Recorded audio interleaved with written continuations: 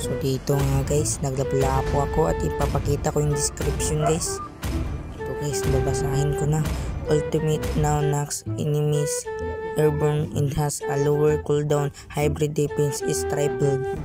So sa madaling salita guys, yung third skill ni Lapu-Lapu is may airborne na guys.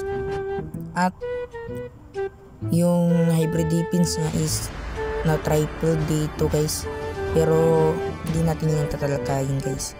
So ang gusto ko lang i-discuss dito is yung airborne ni Lapu-Lapu guys. At ipapakita ko nga pala sa inyo guys kung saan ito gumagana.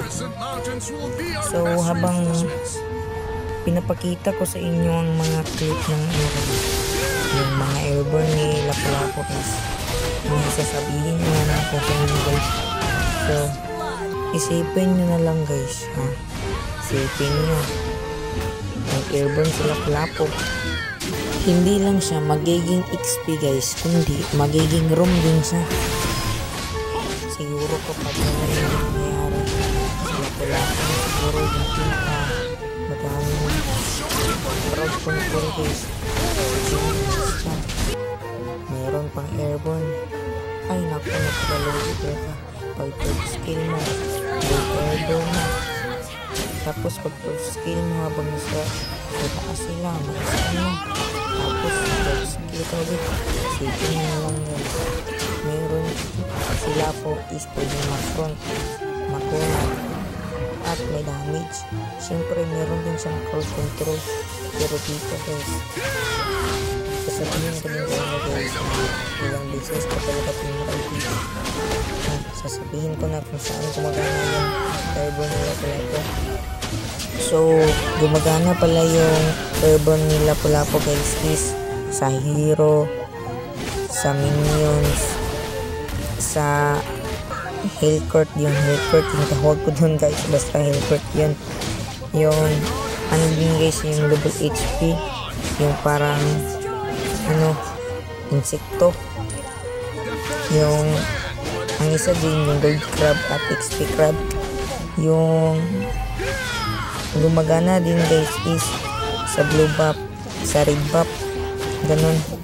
At yung maliit na katabi ng blue buff, yung maliit, yung baby blue buff.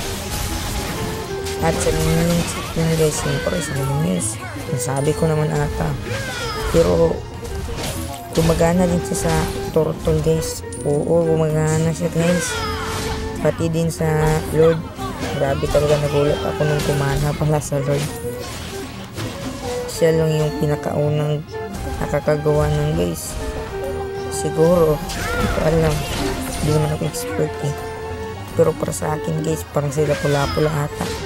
Pero hindi lang talaga siya gumagana guys, is sa Lito Wanderer. At ilang sumbo ko pa dito guys, ayaw pa siyang gumana.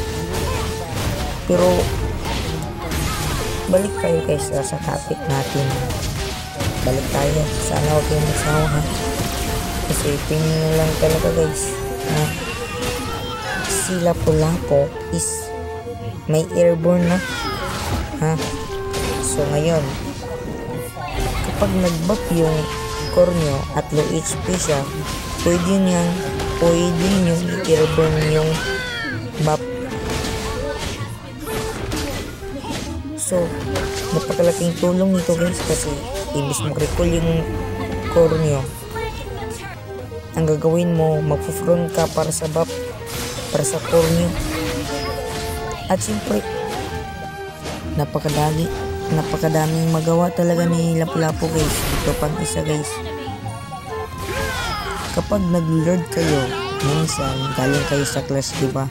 At syempre yung mga kakampi mo dyan, mga core, mga gold lane, mid, XP, ganun, low HP na, diba? Syempre ika-crowd control mo yung lord. Dapat matalino ka. Pag magka-crowd control mo yan, siyempre madidelay yung pag atake, kaya may time pa para maka-lifesteal yung kampi mo o malo yung lord. So napakadaya talaga guys, kasi Lapu-Lapu Siyempre, madami yung casting ng skill niya. Siyempre, may damage yan. Pag may damage, madami din crowd control. Guys, napaka-OP talaga. So guys, anong masasabi niyo sa airborne ni Lapu-Lapu guys? Kung meron, comment nga kayo.